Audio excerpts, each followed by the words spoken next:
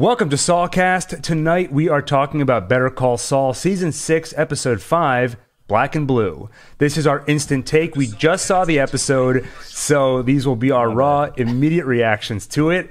And as always, I'm Gil, here with my brother Adam. Hello. My tech guy / brother Alon. Hey, I turned on Do Not Disturb. I forgot about muting. My bad. It's all good. And like I said, this is our instant take, but make sure to subscribe to our podcast channel for a deeper dive later in the week. But for now, so Black and Blue. This episode kind of started in black and white for a second. So did anybody else for a moment think we were getting a Gene flash forward here? No, but I remember like as soon as it started, that's what you got all excited. But I guess I wasn't paying very close attention because I didn't get it at all. You reacted before my brain could even process whether it was or not. Well, once we actually got going, I thought this was pretty similar in tone to last week's episode, where a lot of laughs, maybe more. I would say that my biggest laugh of the series was when Jimmy went into the country club earlier in the season. But in terms of laughs per episode, this one may have gotten the most from me. But just like last week, it wasn't all laughs. Underneath all that, there's the looming tension. You feel a little bit sick inside. But mainly what I'm thinking of is Howard and Cliff. Yeah, their dynamic's hilarious because to Cliff, it's so obvious that Howard is lying and that he's concealing this major problem, and it's just not true. But it just looks exactly that way to Cliff. Go ahead. I just love how Howard could see Cliff was so convinced. He's like, I'm not even gonna try to convince you that it's all fake, but. Yeah, Howard knows it's not worth it. He's like, I know what's going on here. I know this is all Jimmy pulling some strings. I'm going to go take care of it. But it's the power of reframing. Because when they decided to frame Howard as a drug user, and specifically a drug that gives you a lot of energy, if you look at Howard as a character, it's easy to see why that works. Like you see Howard nervously, shaking his leg, and then when he gets up to talk, he does have a way of talking really quickly. Yeah. And you see how nervous Cliff is watching him. It's human psychology. Like now, Cliff is just seeing what he wants to see in Howard, even though Howard's always been like this. But now he's hyper aware of all of Howard's movements and the way he talks exactly. It and reframes what was already there, and it's masterfully done. I mean, framing him as a cocaine user is the perfect fraud for Saul to play on him. And I'd say that there are a lot of laughs, but like I said, it's not just laughs. Because one thing that's really hard to pull off with this show that I think they're doing really well is we're waiting for a couple of major things. On the Gus side, we're waiting for Lalo, and of course we saw a little bit of that this week. And on the Jimmy and Kim side, we're waiting for whatever they're doing to Howard to play out. So it's tough to pull that off. How do you get us to just sit there and wait? And I think they're doing it by giving us some laughs, a lot of laughs, and by kind of having the characters poke each other. Jimmy and Howard facing off against each other was an awesome scene. It was fun to watch. But at the same time, I so badly want to get into these characters' heads. How is Jimmy justifying all this? Does he really want to go through with all this? And watching the characters kind of push each other and see what's in their heads, I think is what we're doing while we wait for the shoe to drop. I have to say I was impressed with Jimmy's footwork. Yeah, it looks like he's been practicing. He had a nice dodge in there, actually. A couple of major things happened this episode. When Howard and Cliff confront each other, or when Cliff confronts Howard, Howard has suspicions that Jimmy's behind it. And then once Cliff mentions that he was meeting with Kim, it's pretty obvious what's going on. Now, my big question here, did Jimmy and Kim anticipate this? That Howard was going to find out what they're up to? They have to have anticipated it because they know Howard's not an idiot. In fact, he's pretty smart. Yeah. Well, and they know that Howard and Cliff talk all the time. Yeah, and also Howard already deduced just from Jimmy throwing the bowling balls onto his car, sending the prostitutes to the lunch that he was having with Cliff back in the past. Howard already knew that those were Jimmy, so why wouldn't he just continue to assume that? Yeah, exactly. It would feel like really weird for them not to have expected this to happen. Howard even calls Jimmy out saying, you wanted to get caught. And one thing I want to point out is, You want to try just like listening to the audio? yeah. So for people who are saying that my mic is off or my volume's low, our tech guy's going to go check that out. And if it truly is, that should be pretty easily correct. In the meantime, here, let me do this. We'll both kind of share this for a second. So actually, let me jump over to Alon's mic. There you go. Okay. In the meantime, okay, if you go back to the board that Jimmy and Kim were looking at with all the Post-it notes that have their big master plan on it, remember that one Post-it note? So after Howard's car, there was one more visible Post-it note. You thought maybe it looked like a tennis racket. Yeah. I suspected it might look like a magnifying glass, which makes me think private investigator. So I was wondering if maybe they were expecting Howard to watch them at some point. And now if they know he's watching them, they can put on a little show for him and somehow manipulate his behavior further. Right, and I think that's what's happening. They wanted to turn Howard into this suspicious person. And I still don't know what it's leading to, but I do think that's the point here. You're fine. All right, cool. That's good. Do you want to switch back? No, it's all right. We'll go with the body double theme of this series. I'll be Alon and you'll be me. So when Jimmy and Howard fight each other, Jimmy takes a few punches. We find out why the episode is called Black and Blue. And when Jimmy goes back home, Kim says to him, and he's wondering, why did I take those punches? Why did I let Howard do this? Why did I play into his hand? She says, because you know what's coming, essentially. Right, so it's like we have this nuclear bomb heading for Howard, so sure, let him get some punches in here and there. It's all going to mean nothing compared to what we're about to do to him. Yeah, and I think that Howard had the same read of the situation, because when he goes outside to the detective asks him how it went. Howard said it basically went as expected, and the detective responds, so we're on. So I think that Howard knew that Jimmy taking the punches meant that Jimmy was okay with doing that, because he knew that at some point they were going to get the better of him. Or Howard knows that they're up to something and they think that he's playing right into their hand. So I think this furthers the theme this season of Jimmy kind of being a passenger, where Kim is pushing him to do different things. People think they can read him better than he can read himself. Just like when he went to the courthouse last episode, he doesn't know why everyone's treating him like a pariah, and Bill has to spell it out for him. So I think Howard is reading Jimmy like a book, but I think Jimmy and Kim may be anticipating that. Yeah, I mean, Jimmy's hijinks are so complicated that I could easily picture nobody believing Howard, which already you can see Cliff is having a hard time believing Howard. Yeah. So right, he's starting to look like this paranoid lunatic. Yeah, it's just like with Chuck, like he goes to such extreme measures to fool everybody that no one would believe Chuck that Jimmy would go that overboard. Yeah, exactly. So we've been anticipating that there's going to be a similar moment for Howard where he accuses Jimmy. I mean, I think he knew that when he was talking to Cliff, if he started accusing Jimmy of setting him up, he would have looked crazy, and that's why he didn't. That's why he just walked away and said, you know what, I'm going to get my PI and I'm going to take care of this. Now, I'm not going to try and guess exactly what Jimmy and Kim are ultimately going to do to Howard. What is D-Day? But we do get another clue at the end of the episode. So Kim goes to meet with Viola and finds out the name Rand Casimiro, an ex-judge who is going to be the mediator in this case. Now, we don't know exactly what he's going to be doing, but mediation essentially means that there's going to be some kind of meeting outside of court between Sandpiper and everyone pushing the class action lawsuit to try and get them to come up with an agreement. So they got the name of the judge and the ex-judge. The strange thing is they were very focused on what he looked like. So Jimmy says, love the stash. Oh, yeah. That's a lot less face to worry about. And Kim says, unless he shaves. Now, they've shown us a lot of body doubles this season. And, I mean, I'm not saying a body double is going to happen, but it does seem like they're going to want someone to think they saw the judge when they didn't. Why else are they so fixated? If the trick works once, why not do it again? Yeah, it worked for him to look like Howard. Yeah. You'd have a lot of explaining to do, though.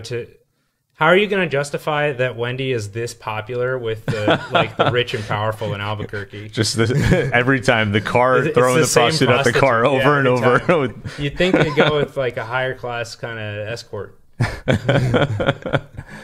Yeah, so like that's the least believable thing about the Howard throwing Wendy out of the car. Yeah, you're right. Yeah, cocaine's a hell of a drug. Yeah, good point. So I guess before we jump over to Gus, Lalo, any other thoughts on Jimmy? Oh, actually, I have another thought on Jimmy versus Howard.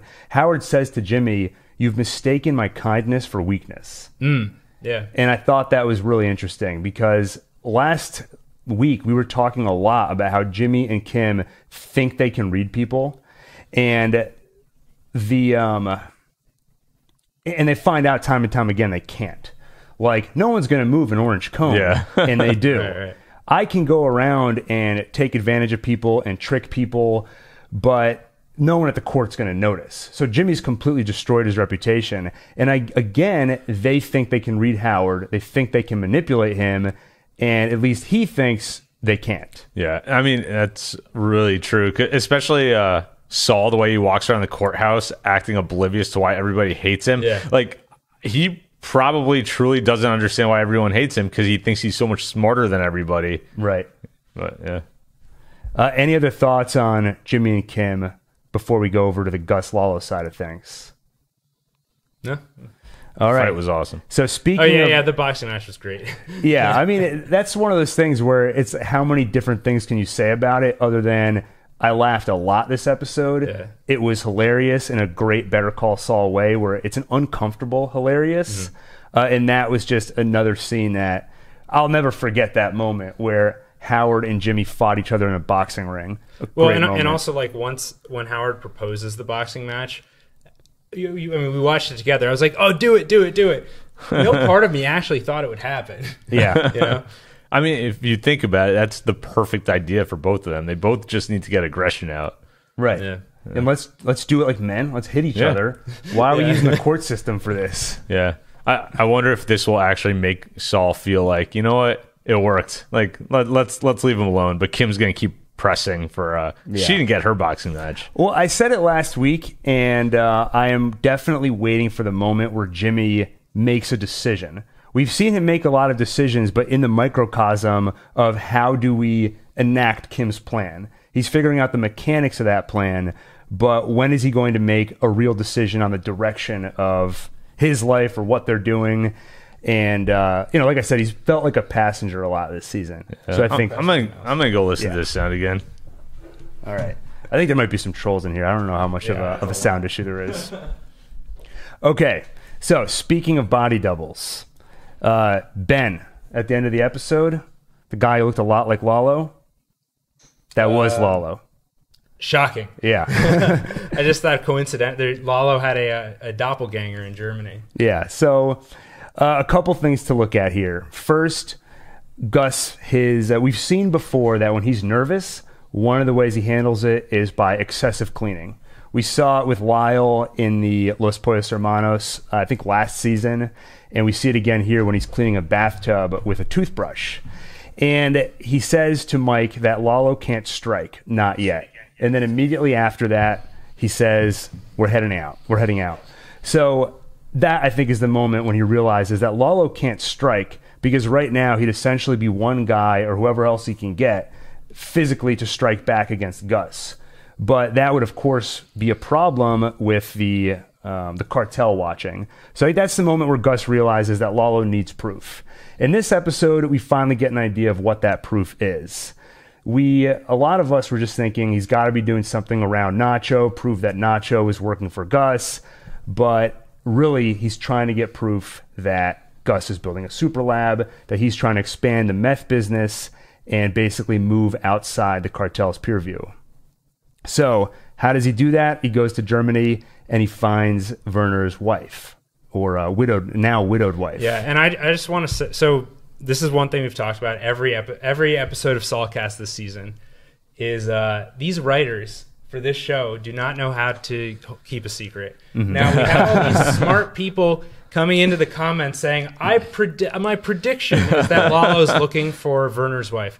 That's not your prediction. You listen to the Insider podcast. I mean, that would be pretty random. You read some interview, and the writers let it slip. But it's annoying me. I wish the writers would keep their lips sealed. And we only get one chance at watching the final season of Better Call Saul. Mm-hmm. I want to watch it right.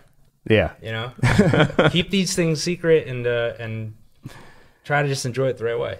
Yeah. And Adam wears a filter when he's on mic. So imagine how angry he must have been before we turned the mics on. But it was great seeing Lalo again. First off, we get to see another Lalo physical feat where he jumped over the fence. He turned down the charm. Yeah. So effortlessly. Yeah. Did a muscle up. No, he's awesome. And as always, it's fun to see Lalo, but things can very quickly get intense. Because I was very worried he was going to kill Marguerite there. And it's always so sad when... Werner died for her.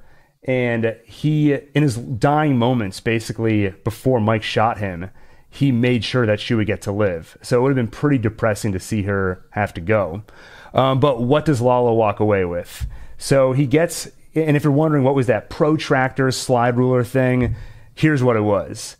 So Lalo gets her to slip that the people who worked for Werner, he liked to refer to them as his boys. Remember after they were kind of misbehaving or getting in a fight during the construction project, Werner reassures Mike and he goes, "They're good boys." Yeah. So he sees a slide ruler that's been encased as a kind of memorandum, and it says in German, "With love from your boys." Mm-hmm. So then Lalo looks at the underside of it and I guess sees the name Volkers, which I'm assuming is the name of, it would be similar to I can't remember the name of the store, but a place you can go in the mall if you want to get an engraving done. So now he can go there and find out who went in and had this thing encased, and he can get to one of Werner's workers. And you would think that they've got good reason to talk, because I don't think any of them were too happy, not even Kai, about Werner getting killed. Oh, yeah. Now, how much do they know? They probably don't know what they were building, but the more information Lalo gets, the more dangerous he'll be. And I think he's circling on that proof that he was looking for. Well, and when it was time for the boys to leave New Mexico, their goodbye was pretty unceremonious. Didn't it come to fisticuffs? Like, didn't one of them get in a fight with Mike? Yeah. He basically said, like, you'll never be like half the man that. Oh, no. So somebody said that to Mike, and he took it. But I think it was Kai who basically said, "Look, Werner had to go." He was right. Mike punches him. Mike punched him. Yeah, and so the point is, they know that Werner was disappeared. Exactly. They know that obviously they know it wasn't an accident, and they're out there somewhere. And I think Lalo's going to be able to find them. Yeah. What do you think about the gun that Gus brought into the super lab and kind of hid away there? It's another sign, first of all, of his justified paranoia. Lalo's out there. Lalo knows that this structure exists. Maybe he doesn't know for sure that it's supposed to be a super lab, but Lalo is suspicious of it, and so Gus invited him over to actually be in the room. That's how Lalo ended up seeing Mike face to face that one time. Mm-hmm. And so I think Gus wants to just be prepared. It's like, if there's going to be some confrontation here, at least I know I have a gun stashed away. Yeah, he's preparing for the Lalo-Gus showdown. Yeah. So I guess any other thoughts about this episode? Any other major things that pop out to you that we didn't already talk about? Lalo, at first I thought he's a ladies' man, but he couldn't seal the deal. Yeah, he really knows how to turn on the charm. Yeah. Hey, Adam, how about you? I feel so bad for Werner. Like, not only does he get killed and disappeared, but now the guy who's somewhat indirectly responsible is this close to having his way with Marguerite. Stupping. Yeah, there you go. That's the polite way to say it and not get flagged by the algorithm. Yeah. One thing I want to add is I love the way. So I doubt that the writers knew all of this was going to happen back when they were writing about the Super Lab in season 4 of Better Call Saul. I doubt they knew that Lalo was going to go to Germany and find proof and bring it back to New Mexico, or at least try to do that. But I think they're so good at looking at what came before, looking at where they need to go, and just finding ways to so cleverly connect the dots in a way that feels super organic. I need to go back and listen to the conversation when I think Lalo calls Werner back in season 4, and Werner starts talking before he realizes that it's not Mike or it's not somebody he should be talking to. Right, Lalo's acting as though he's one of Gus's henchmen who's just trying to check up on right. Werner. And I think he might have let slip something about hot springs. So Lalo knows exactly what to say to get Marguerite thinking about it and to get her talking. So just so many examples of just so finely connecting the dots in a way that feels organic and in a way that makes the characters look really smart in this chess game against each other. So like I said at the beginning of this was our instant take. So these are our raw reactions. We just watched the episode, but we will be rewatching it a couple times probably, and we'll be having a deeper conversation about it later in the week. For now, let's look at some of the chat here. Ted Kaufman, thank you so much for the super chat. He asks, is it possible that Kim is Ed the Disappearer's first customer? Well, this is a great opportunity to respond to about 350 comments. So you remember I was referring to those smart people in the comments who like to make certain predictions or think they're smarter than Gus or Walter himself. Yeah. Basically, I did a predictions video on Better Call Saul right after season 5. And in it, I did predict that Kim may go to Ed the Disappearer, or somebody may go to him this season. And a lot of people pointed out that sadly, Robert Forster has passed away the day El Camino came out, I think. That's the actor who plays Ed the Disappearer. Yeah, that's right. But I think it's very likely that his name will at least come up. Somebody will get a business card that says, hey, if you need to disappear, call this number and say, I need a repair on a Hoover vac, whatever. Yeah. I mean, so many characters in this show are so often in mortal danger and need an escape hatch that if this character exists in this world, it would be weird for it not to come up. So could Kim go that way? Maybe. Yeah, maybe. I think they'll be limited in terms of how they have to edit it or portray it. Obviously, the actor's not going to show up. We're probably not going to hear his voice. They still might make a reference to him. He still might somehow, the character might have an impact on the plot. Right. That said, I think the fact that the actor's no longer alive does make it less likely that they're going to go that way. Well, I think this prediction is based on some assumptions, because at the moment, I don't think there's necessarily a big enough threat to her Definitely to not. require that. And she doesn't seem, everything we've seen so far suggests that she's not the type of person to run away. Yeah, and I mean, I guess I could see Lalo approaching her to get information or figure out how to access somebody. But I was like, hey, you know, someone who can make me disappear. Yeah. So I think, I think you made a good point when you said that Kim is not one to run away. We've definitely seen that from her. So, and then also we've seen the disappearer used so many times as a plot device. That was Jesse's ending, basically. So from just a storytelling standpoint, I would be surprised to see Kim go that way. But I'll say I would not be surprised for that name to come up or for his services to be used, or at least attempt to be used at some point this season. Let's see. Beetle says it's a trash, predictable show.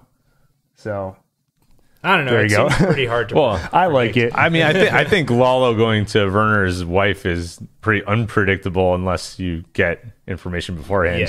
Yeah. I don't think the show is trash. It's one of my favorite shows of all time. I will say that this season has had some, I think, more out there plot points. The first couple of seasons of the show are extremely grounded, and as the show is getting closer to its conclusion, there are some more outlandish things happening that might require a little bit of a suspension of disbelief. That said, I think the writers are very talented, and they're doing a good job of keeping me invested and believing along the way. Yeah, I mean, I would say tonight's episode, I mean, if it's there's always recency bias, but if you put aside the big memorable episodes where main characters die or something major happens, I mean, this felt like one of the most fun episodes in a while. I mean, if I were going to make like a top 10 list of best Better Call Saul episodes, it might make the list. I do want to respond to a couple comments. Sam Jimenez says, Saul never mentions he is married in Breaking Bad, does he? He mentions that his stepdad slept with one of his wives. Yeah, right? something like that. Yeah, so he does mention it. And he also, when he marries Kim, he has to show 2 records of prior divorces, essentially. Yeah. So I believe Kim is his 3rd wife. And there's another comment here I wanted to respond to. Oh, GS says he was so scared for the dog. Oh, yeah, I was really afraid. Yeah. So I didn't think that Lalo was going to... It's funny because I feel like Lalo is more likely to kill, Werner's wife in cold-blooded than he is the dog. Yeah. But I thought that's the perfect thing with the Lalo character. He can charm you. I love Lalo when I'm watching him, but then immediately I can go into, I hope he doesn't kill this Well, like small even animal. the way he was talking to the dog was like nice. Like you can tell when a dog lover is talking to a dog versus someone who doesn't really like dogs. Yes, Like, true. He seemed to like the dog. But he also maybe was talking like that to the dog to calm the dog down so he would stop barking. Right, Which it could've- also seemed like part of his reason for doing that. It could have just been like a psychopathic, I feel no emotion, but I know exactly how to act, so this dog will calm down. Dang, I'll read your comment because you gave us this super chat. Thank you so much. He says, Gil, move the mic to the front of your mouth. So if anybody wants a pro audio tip, moving the mic to the front of your mouth might make you louder, but it'll also sound horrendous. A lot of pops and things like that. Did I pick the wrong USB mode or something? We'll figure it out. Yeah, don't worry. We'll after. Don't worry. The audio will be perfect next week. The dog understood Spanish. My immersion was ruined. -0.1 out of 13. I don't know. I tend to think dogs are like multilingual because they often just read your body language or your tone. Yeah, exactly. So, or is a smart dog. Any other thoughts on the episode? In fact, it was harder for me to believe that Lala knew German. Yeah, wait, Yeah. did Lalo speak German in the episode? There was no indication that he understood German. Yeah, I think he was speaking English. Oh, we'll rewatch. We'll see. All right. Any other thoughts on the episode before we wrap up our instant take? One person said that the fight was cheesy, and I disagree. I think it made perfect sense. Jimmy or Saul, he's pretty immature. Yeah. Like all these antics, and Howard knows that. And from Howard's perspective, I could picture him. Well, and it happened in the show. So thinking that, you know what, this makes sense. This is a good solution for Saul to get his anger out on me. Yeah. He even said, "I'm giving you what you want." Yeah. Well, and I think, it is cheesy, but in the sense that in reality, certain things are cheesy. Like 2 grown men like slugging it out in a boxing ring in the middle of the night because they hate each other. You know what I mean? Yeah. So, like, it's cheesy, but not in a reality-breaking way. I liked Howard's fake name. Oh, yeah. Mr. Ward. You think that he's Ward. is he a Batman fan? Because of what? That reminded me so much of Edward Nygma. So, Enigma would be the Riddler's initials. Enigma. Turns out that's the root of Howard's marital troubles is he's just obsessed with Batman and comics and Yeah, there you go. attention to his wife and kids.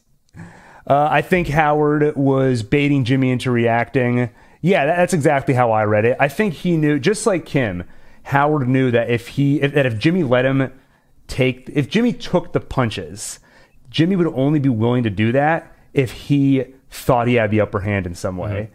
So that told Howard, yes, I do need to hire the PI to go watch Jimmy. And notice Jimmy cheated at one point. He stepped on his foot, yeah. Don't you think it would have made more sense for Howard to hire the PI before telling Jimmy he knew what was going on? Because now Jimmy might be a little more careful. It seems like a potential misstep or like playing his hand. Well, maybe Jimmy... Oh, no, he already told Kim about it. I was going to say maybe he'll hide this from her. But then again, it's like... I think that Jimmy and Kim's plan depends on Howard knowing that they're up to something anyway. Yeah. So it sort of doesn't matter. They probably have plan B and C. Yeah, that's usually how it works with these. When you're watching a TV show and 2 characters are playing a chess match, it's always like, especially just like an anime. I was going to say Death Note. Yeah, Death Note. It's like, well, I did this. Well, you didn't think about this. Or did I? You know? Right, and so Berlin in the chat says, Kim and Jimmy must have factored in Howard suspecting them. I completely agree with that. Yeah, That's my stance 100%. That's been like our thought from the beginning of the season. Stateless says that PI looks like a putz, which I agree with. So for a split second when I saw the PI, I thought it was that guy who was selling pharmaceuticals under the table. Who was like my car? Oh, Daniel Wormald. Yeah. For a second, I thought it was him. So, and he's a total putt. So it kind of makes sense. He's a character like just like the Kettlemans. He's definitely a character who I wouldn't mind showing up again. Yeah, that would be great. Yeah, he was funny. All right. Well, there are 2 episodes left before the mid-season break, and I don't know if they're going to treat it like a mid-season break. You know, Breaking Bad, I think when they split season 5, the final season, the final episode of the first half is when Hank realized that Walter is Heisenberg. So I don't know if we're going to get a moment that rivals that. Kim's going to realize Jimmy is Saul. Yeah. Yeah, I mean, I do know that the final episode of this first half of the season was written by Tom Schnaz, who wrote Bagman last season. So could be a good one. All right, with that, any other thoughts on the episode? Oh, well, I'm glad to see Lalo back. Adam? I'm not. I prefer Lalo out of the show. Favorite No, character. I mean, I'm glad to see him again too. Yeah, we barely seen him most of the season. He's been this ghost, and then when he finally does show up again, it's in you're expecting maybe he comes out of nowhere and it's some kind of intense violent scene or something really scary happens, but instead it's him up to his usual charming antics. Yeah, just literally charming. Yeah. He almost charmed the pants off her. He charmed her. He charmed the dog. So it's a very charming Lalo charmed episode. you. Charmed me. Yeah. Okay, so with that, this was our instant take. For a deeper dive into the episode, check out our podcast channel where we do longer form discussions. We'll do a full recap of it then. And if you enjoyed this video, please make sure to like, subscribe, and hit the bell icon for more. With that, I'm Gil. I'm Adam. I'm Alon. And this is Saulcast. Instant Take.